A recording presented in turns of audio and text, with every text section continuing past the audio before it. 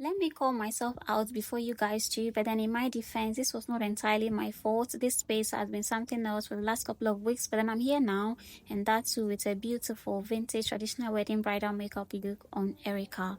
This look is a blend between vintage makeup and modern day makeup, so please keep an open mind whilst you watch this video. Also, I want you guys to comment the date and the time that this video shows up on your FYP.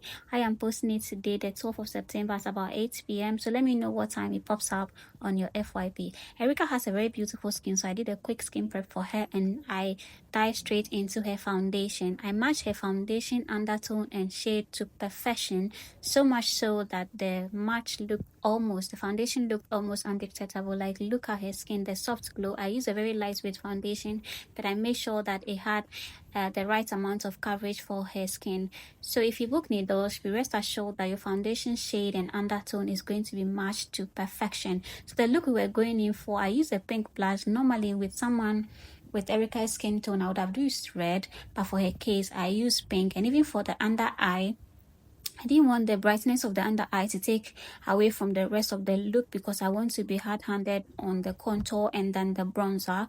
I want the brown hues and the warm hues that 90s makeup have in the skin tone to be in this particular skin tone. So I did that for the bronzer and then the contour. Back onto the under eye, I mattified it lightly with a soft setting powder, and then I went back into the rest of the skin with this light shade of pink to emphasize the cream blush that I initially placed on her skin. When it came to her contour and then her bronzer, I made use of bronzers that had very orangey undertone just so that it will have that 90s hues in her skin. So I went back to the rest of the skin work. I mattified her base with her powder shade all over the rest of her face except for the under eyes.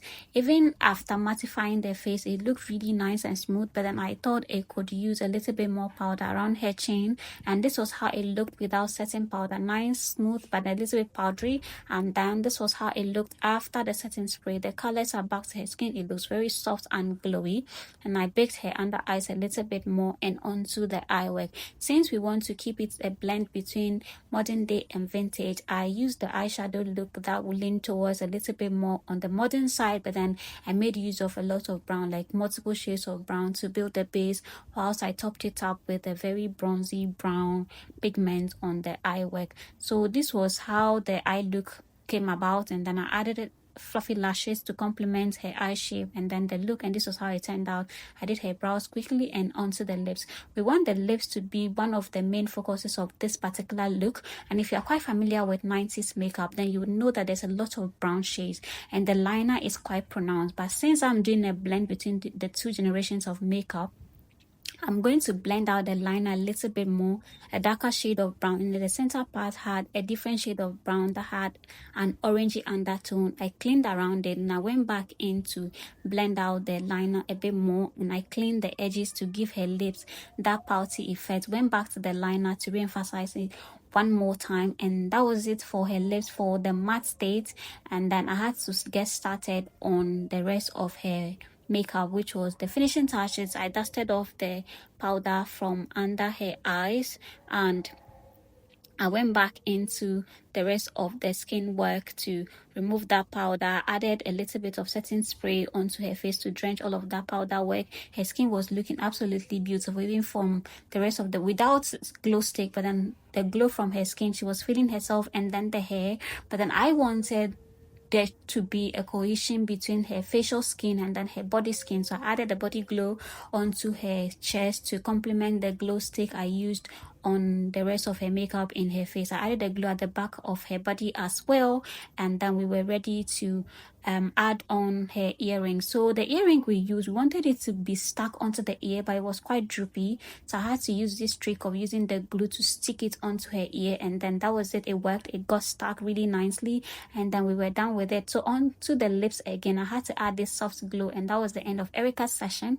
This was Erica before I did her makeup. She's so beautiful, and this was her after. Erica, the perfect blend of vintage and modern day in luxury vibes. Look at this finish. It's giving luxury, it's giving a little bit of vintage, a little bit of modern day, and this was what Needles Glam is all about. This look is so nice and beautiful. However, Erica and I could not agree if the glossy finish was nicer than the matte lip. So this is the matte one, guys. Let me know if you are Team Erica with the matte finish or Team Needles with the glossy lips. Both are nice. They're so beautiful.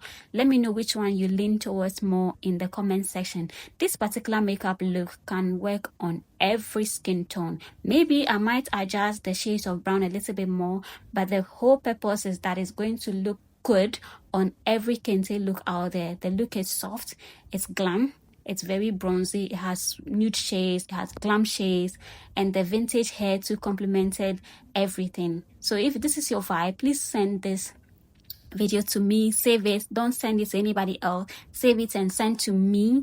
Let me create it for you and do it perfectly. I do it best. Let me know your thoughts on this look. My number is in the bio. I have dates in November, I have dates in December, and of course 2026 brides. You might want to book early so that you can, take away the stress of looking for MUA off your head and focus on other things whilst we get ready to glam you up for your wedding day. Please engage on this post, like, comment, share, and I will see you guys in my next video, which will be very, very soon, I promise. Bye.